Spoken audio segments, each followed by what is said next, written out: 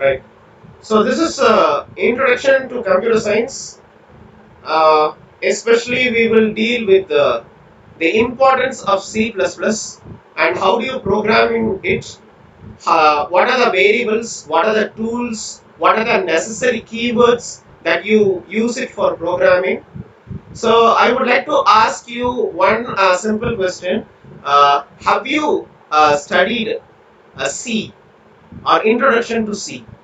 Are you done with programming in C? That's my simple question. Do you have some programming knowledge in C?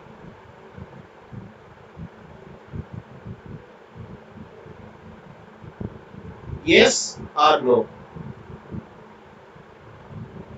Okay, right. So some are interested, or maybe some have good programming knowledge in C, while others have some introductory or basic knowledge in C. Okay, I believe that you have at least some knowledge in C. Okay, right. So if you go in depth with the C++, before going into C++, you should first of all understand C. Actually, it was built and developed in 1970s, back in 1970s, when Unix operating system was a major concern. So in that time, during 1970s, C programming language was being introduced.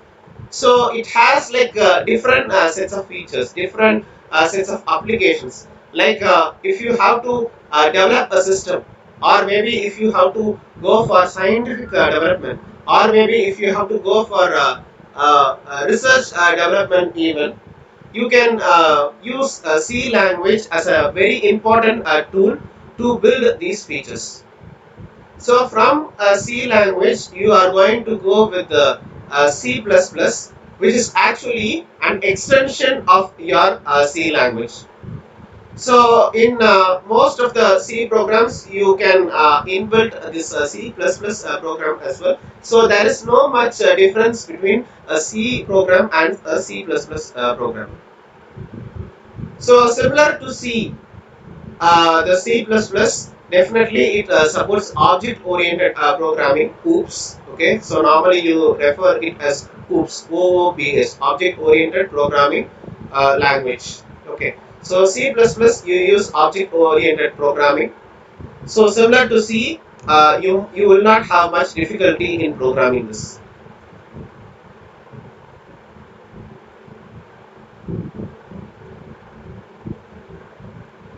So, do you remember, writing a C program? What is the first statement you write when you generally write a basic C program? Do you have any idea?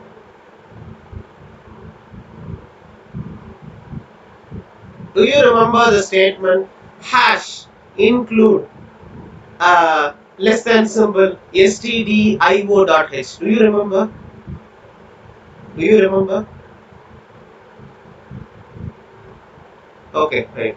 So the same way you are going to include with the case of C++ program, you are going to include hash include directives. Okay, so you are going to include some initiatives or maybe directives at the start of the program, and then you start off with the initialization int main function, and then you start the brace or maybe start the bracket. You have constant declarations, and then you have variable declarations, and then some executable statements like scanf or maybe printf function, and then finally you end up with the return function, return null or maybe return void or maybe return 0. Okay, and then what you do, you close the brace or maybe close the bracket. Okay, right. So first of all you include some directives, and then you go for initialization of the main function, you go for constant declarations, variable declarations, some executable statements, and then you return with a null or maybe 0 statement. So this is the general form of a C++ program.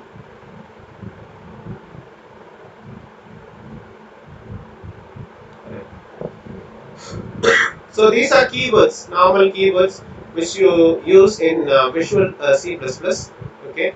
So with regards to each of the keyword has its own predefined purpose. So my suggestion is that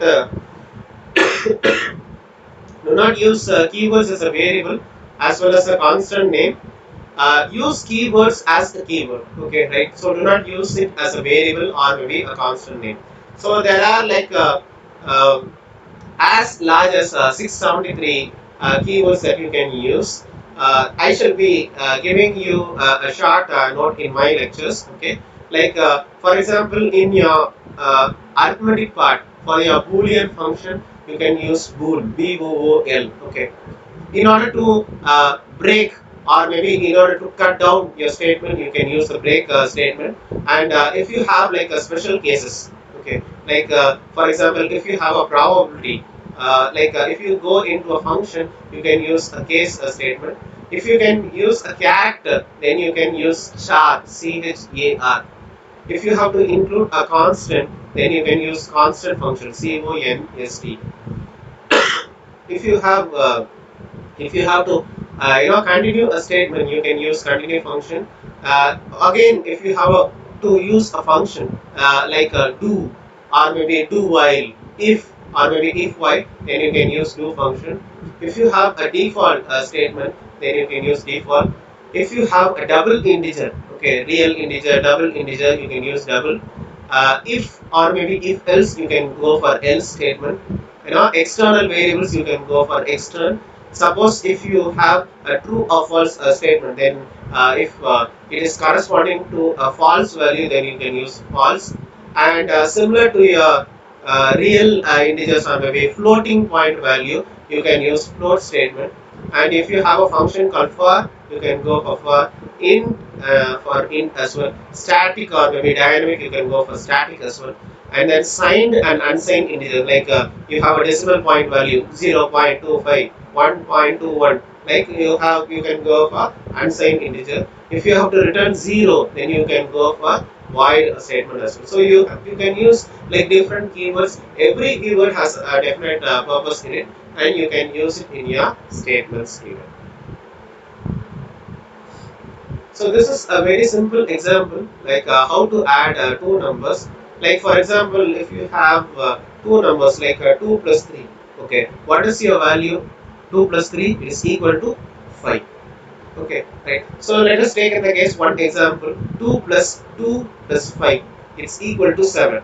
Okay, right. So how do you do this one? Okay, normally the internal mechanism, what you do is you try to store 2 in your memory. You try to store 2 in your memory. You try to store 5 in your memory.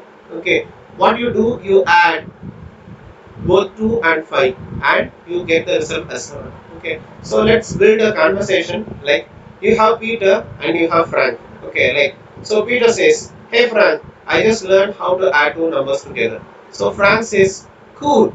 So Peter says, give me the first number. So Frank says, gives 2. So Peter says, okay, give me the second number. Okay, so Frank says 5. So first he gives 2 and after that he gives 5. So Peter says he stores 2 in the memory. He stores 5 in the memory. Now he adds 2 and 5. Now he gets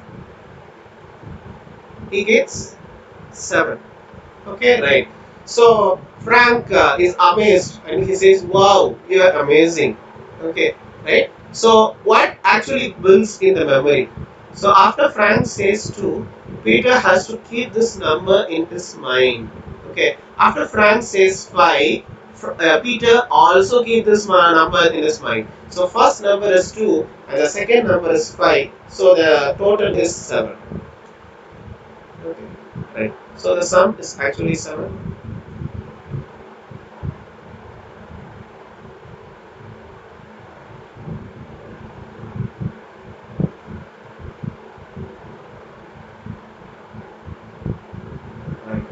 So this is how you program a C++ program for adding two numbers. Okay, you have to add 2 and 5. Okay, 2 and 5. Okay, right. So you include hash include IO string. So input output string, you are going to do it. as we discussed, hash include directives. Okay, right? So hash include input output string, and then what you are going to do, you are going to first of all introduce a space. Okay, so use namespace std, and then you initialize with a main function int main within brackets. Okay, and then you start the brace or maybe start the bracket. You initialize the variables. What are the variables over here? What are the variables over here? You initialize first of all one number. So initialize first, and then initialize second, and then a third variable for computing the sum or for computing the output. So the third variable is sum or maybe output. Okay, so you first of all you start out with a cout statement. Okay, so cout less than symbol and then double less than symbol. Then you include, these are the the statements or maybe the comments section. Okay, so cout double less than symbol. Peter says, hey Frank, I just learned how to add. Okay, okay, and then the next statement within less than symbol, it is two numbers together, how to add two numbers together. So if you are going for the next line, then you should include in this way. Okay, less than symbol and then less than symbol, two numbers together. Okay, after you end it with a double quote, then you close it with another less than symbol, double less than symbol, and then end one statement. Okay, and another statement cout double less than symbol, you have Frank who says school. Okay, you in any comments section. Okay, in any comment section you end it with a double quote and then end it with a double quote. Okay, and if you have to end a comment section, you have to include the same way. Like if you start it with a double less than symbol, you have to end it with a double less than symbol, and you have to write end one. Okay, I hope you are getting the point. Okay, and then the next one, cout double less than symbol. Peter says, give me the first number. Okay, and then end it with a double quote, end it with a double less than symbol, and then you give end one statement, and then you give semicolon. Okay, right, and then afterwards cout double less than symbol Frank. Okay, right, and then semicolon, and then after this cout statement, you go with a cn statement, which is first. Okay, so you are going to input the first number. Okay, so what you are going to input the first number? It can be any number, like 2.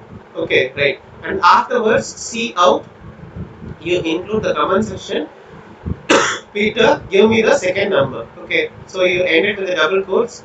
You go with the less than double less than symbol end one. Okay, and then you go with cout Frank. Okay, right, you end it with a double quote and then semicolon. cn, you compute the second number. Like in the first statement, you input the first number, and then the second one you input the second number. Okay, now you are going with the third variable, which is sum. Okay, it is first number plus second number. Okay, so first number it can be 2 and second number it can be 5. So you are going to add the two numbers, first plus second. Okay, and these are comment section. cout Peter. Okay, here is the answer. Okay, right, so cout, you are going with sum. Okay, you are going to go for the less than symbol and then end one. Okay, and then cout double less than symbol Frank. Wow, you are amazing. So you are going to end this statement. So if you can understand, cin is the input you are giving, and cout. So every time you start with the double less than symbol, and you close it with another double less than symbol with end one statement and then semicolon statement. Okay, so like cin statement you are inputting, and cout you are getting the output. Okay, I hope you are getting. So there are three variables here: first, second, and sum. So first you are going to go in with a cin, and second again with cin, and finally you are computing the result, and finally you are ending the statement with return 0. Finally, you are returning it as void or returning it as null. Okay, and you go with return 0 and then semicolon, and finally you end it with a a brace, a closed brace, or maybe a closed bracket. I hope everybody is getting this program. I hope everybody is getting. Yes or no? Okay, good, good. So if you have like basic knowledge in C++, definitely actually in this session I'll be showing you a game. I'll be showing you a game so that you have some good knowledge, uh, some good knowledge in C++, and you become more attracted to it. So I wish all the students in the class will be definitely developing some games out of the interest that you develop in C++.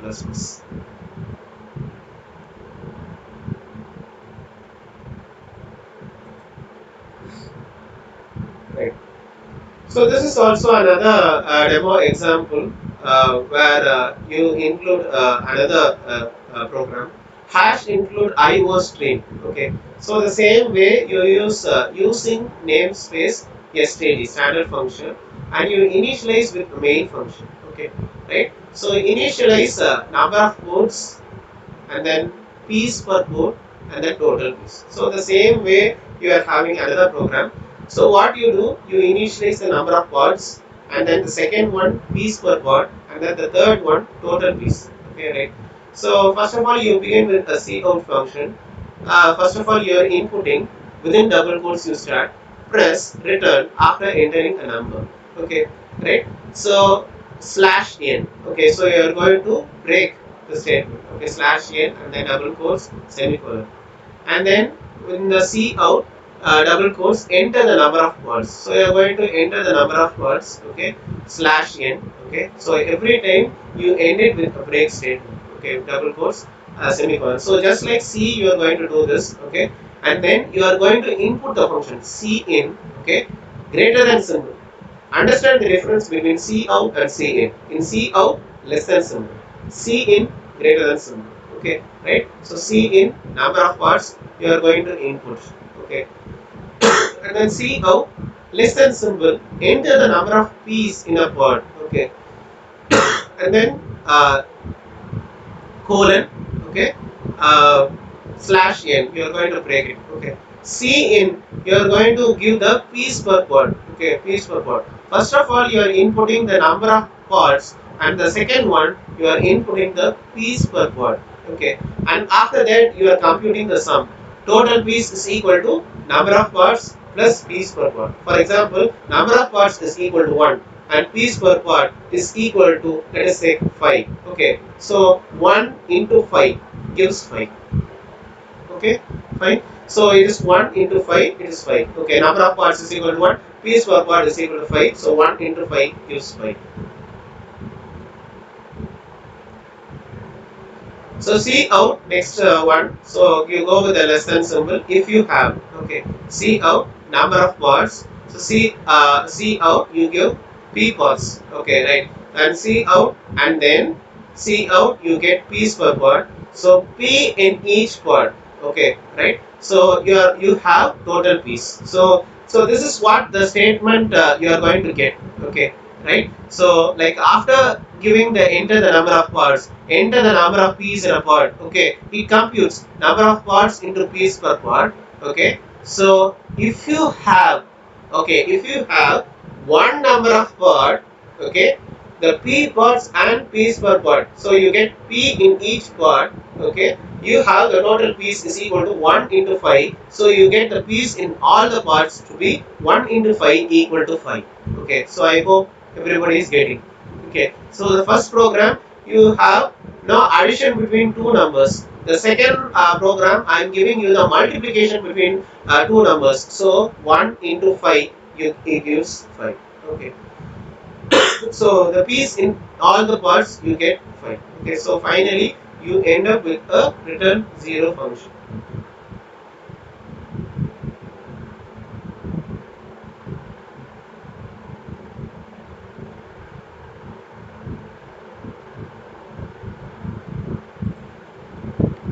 So here am I going to discuss something about the identifiers. So identifier, it's you can call it to be a variable, or maybe it can be a constant, or maybe it can be a function. Okay, so it's actually a letter followed by any sequence of letters, or maybe it can be a letter followed by different number of letters, a letter followed by digits, or maybe a letter followed by underscore. Okay, for example, if you have a valid identifier, first name, so first underscore name, or maybe age of a person. Okay, 20, 19, 18. Okay, year 2000, y 2000, or y2k, y 2000, y 2000. Okay, right? So examples of valid identifiers, like you have 2000y. Okay, so identifiers cannot have special characters. For example, like x, y. So in between you cannot have special characters x is equal to y. Okay, you cannot have that. Or maybe j hyphen 20. You cannot have this hyphen special character. Or maybe something like this Ricky, or maybe star Michael. You cannot have this. So they are invalid identifiers, and you cannot have case sensitive identifiers. Okay, it should be like a capital letter H and then small letter ELLO. You cannot have this one. Okay, right? So like hello is different from hello, and who am I is different from who am I. Okay, you get this one. Okay, so either it should be all caps or it should be all small. Okay, right? So it's different. Okay, or who am I? Okay, they are, no, they are unique identifiers. So they are considered to be unique identifiers. Okay, right? So it's a name of a variable, constant, or maybe a function.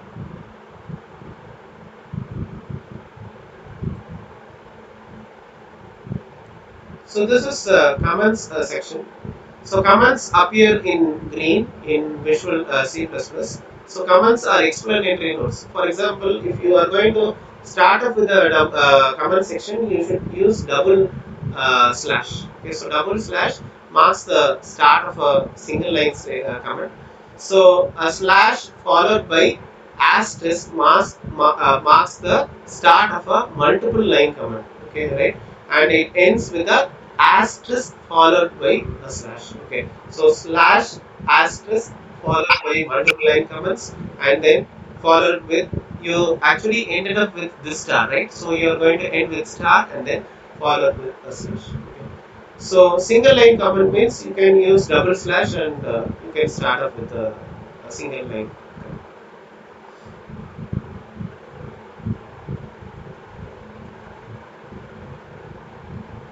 So this is compiler directives. So compiler directives then generally appear in blue in Visual C++.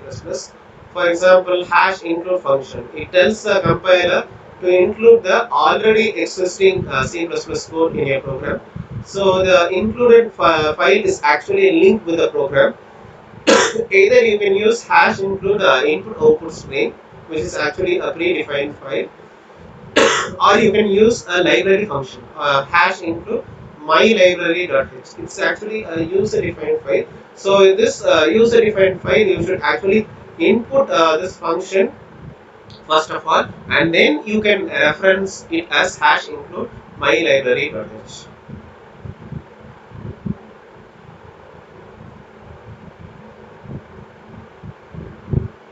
So this is a programming style. So C++ is a free format language.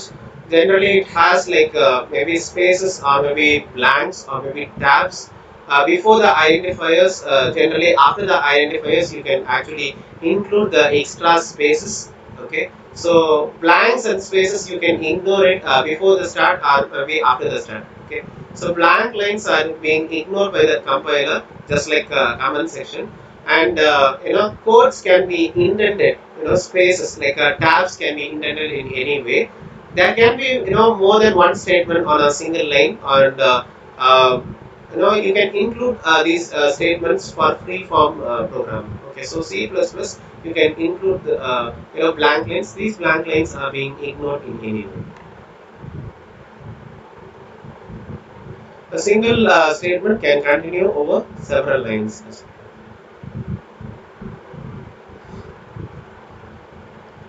So in the case of programming style, in order to improve the readability of the program, you can use the following conventions. Like you can go for starting the program with a header, okay, that tells what the program does. Like you should first of all include with a header, and you should include meaningful variable names. Normally, what students and programmers do is that they try to go for some other names. For example, like first, and using a variant name like first, generally will tell you or will make the students understand, okay, it is the first variable name. You can actually go for a, small a, or maybe you can go for a1, okay, a2. Maybe it is understandable to the programmer, but it is not understandable to the reader. So I would rather suggest use meaningful variable names and document each variable declaration with a comment telling what the variable is used for, and place the executable statement on a single line. So it's very important that you bring meaningful executable statements on a single line. And you can use a segment of a code which is actually a sequence of executable statements that belong together, and you can use blank lines to separate different segments of codes, because normally like using a segment of code like continuously if you are writing, it's not very attractive, or maybe it's not very readable to the author. Okay, so you can use blank lines to differentiate the segments of codes, and document each segment of code with a comment telling what the segment does. So you can use the comment section every now and then, so that the reader will try to understand your program. Okay, so what I suggest is, first of all you write the program, and after that you use the comment section. Either you can use a multiple line comment, or you can use a single line comment.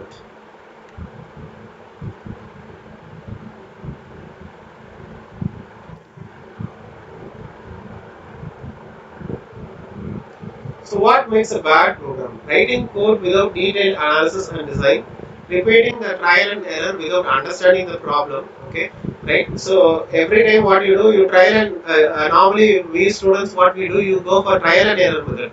Like, okay, this program is not doing this well. Okay, you give another input. Okay, like, so you should first of all analyze the program. Okay, right? And also you have to go for debugging the entire program. Okay, so debugging the program line by line, or maybe statement by statement, it actually makes a bad program. So writing tricky and dirty programs, like you try to bypass the program by some tricky functions. Generally, it will execute the program, but it's not solving the program, or maybe solving this particular code in either way. Okay, so I would rather suggest you analyze the program, you understand the program structure, and then you try to build the program.